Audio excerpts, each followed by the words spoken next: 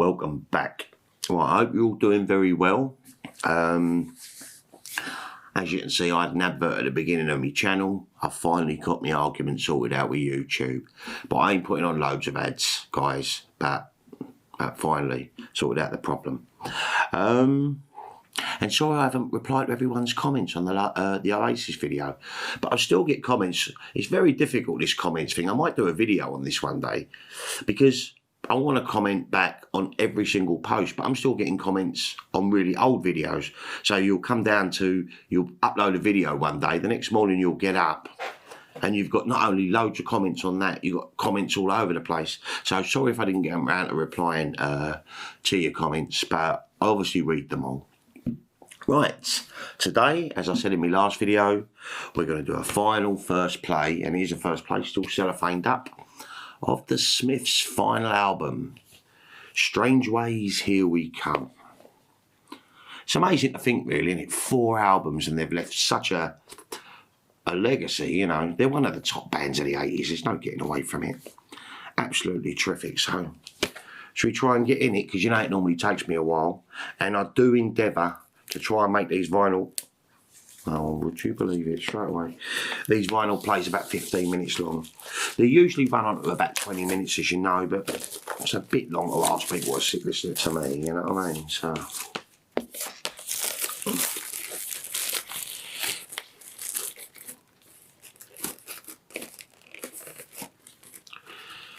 make a picture of it.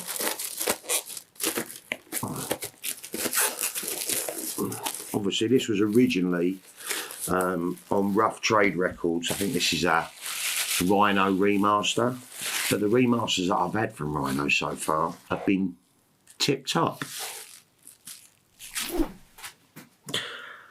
Right, there you go. There's the cover with actor Richard Davalos on the front.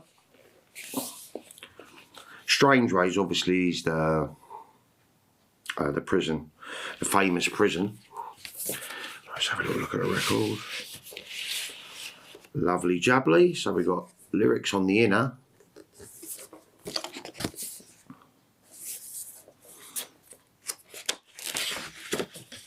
Oh, and that's nice.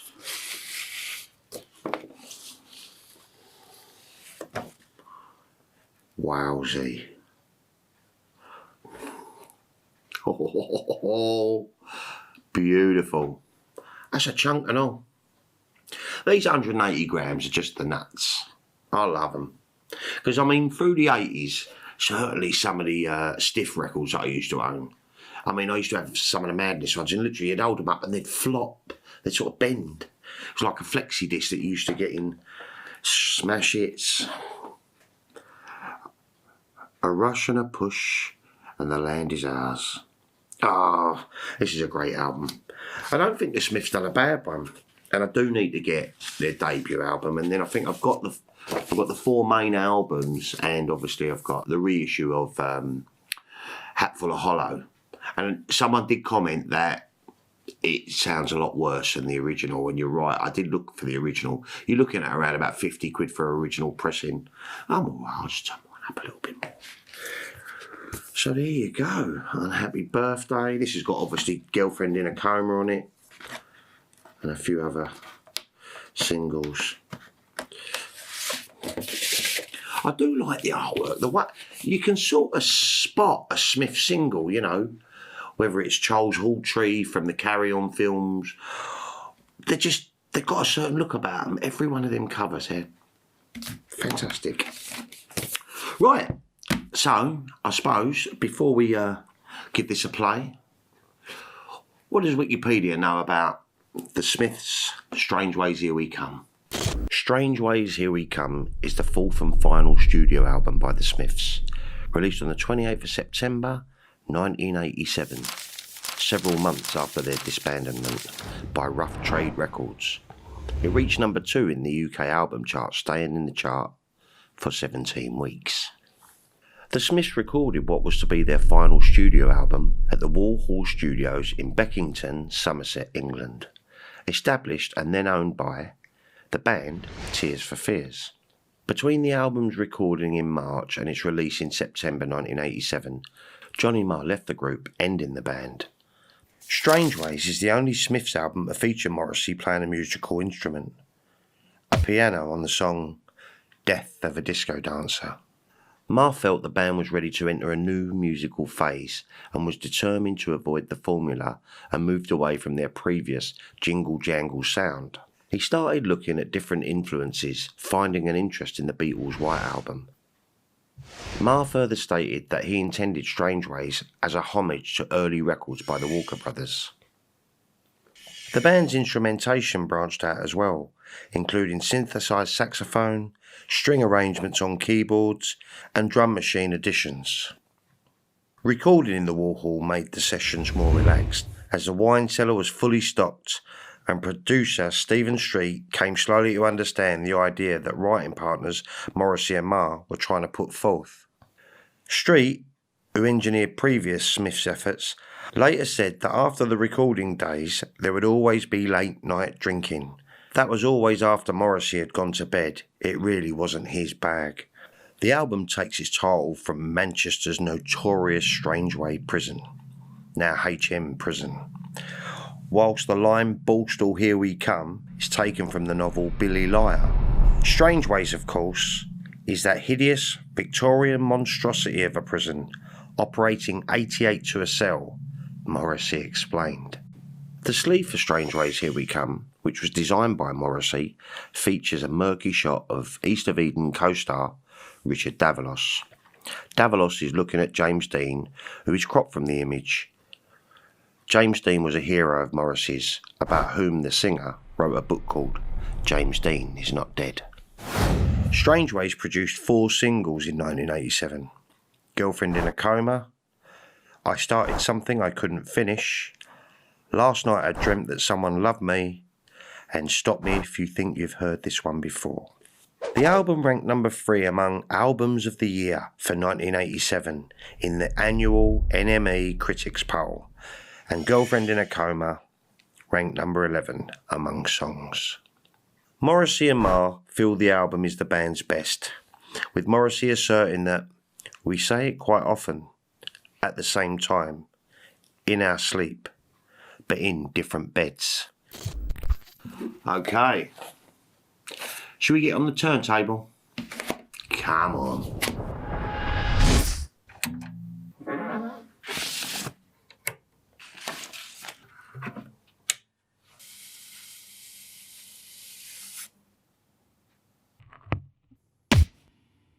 The sound on this record is awesome.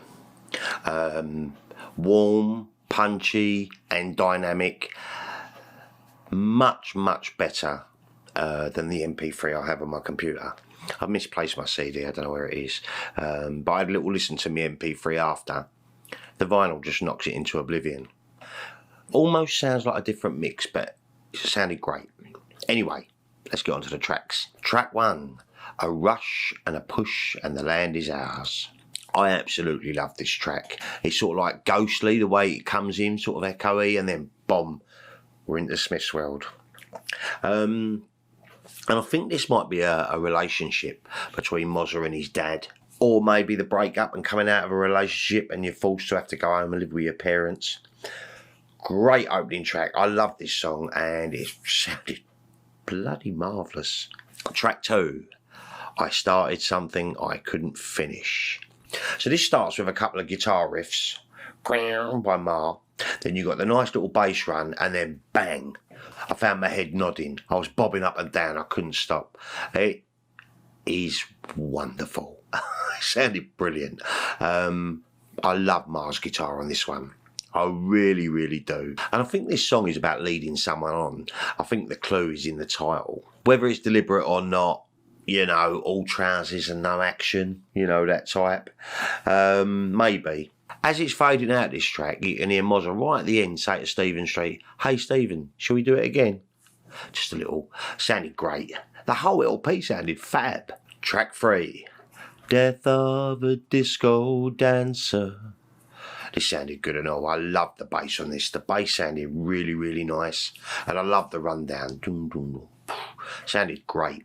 And I think this is about AIDS. I think this song was about AIDS in the late 80s and how people used to sort of like discriminate against them.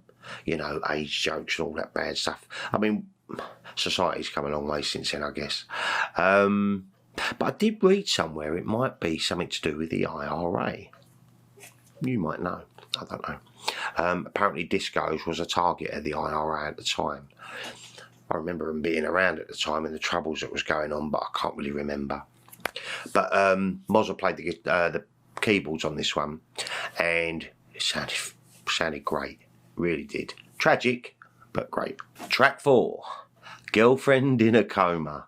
This is a Smiths classic. I love Morrissey's conflicting lyrics, you know. There were times when I could have murdered her, but I'd hate anything to happen to her. It's bloody marvellous. And the way he carelessly sings, you know, girlfriend in a coma, I know, it's serious. It's bloody brilliant.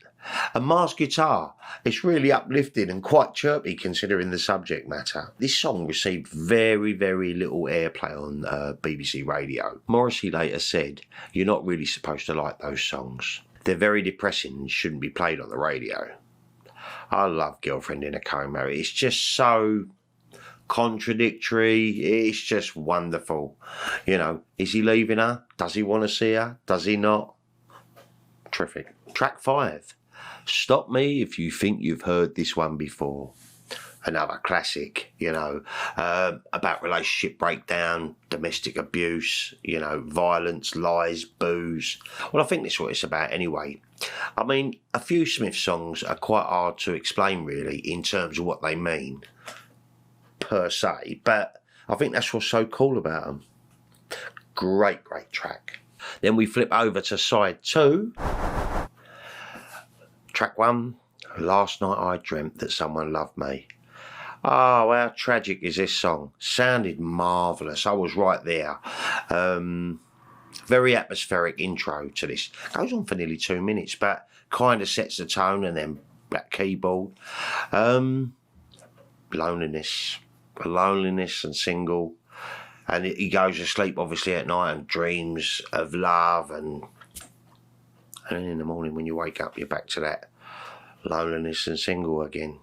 Absolutely heartbreaking, but Morrissey's delivery on this, well, the whole band, outstanding. Great song. Track 2, Unhappy Birthday.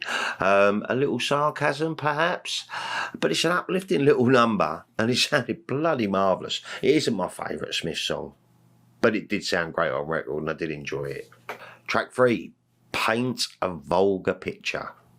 This sounded great, really nice and punchy. It tells a story of a pop star who dies and how the record industry operate, how they truly are. You know, they're ruthless. They'll gobble you up and spit you out in pieces and not care one bit.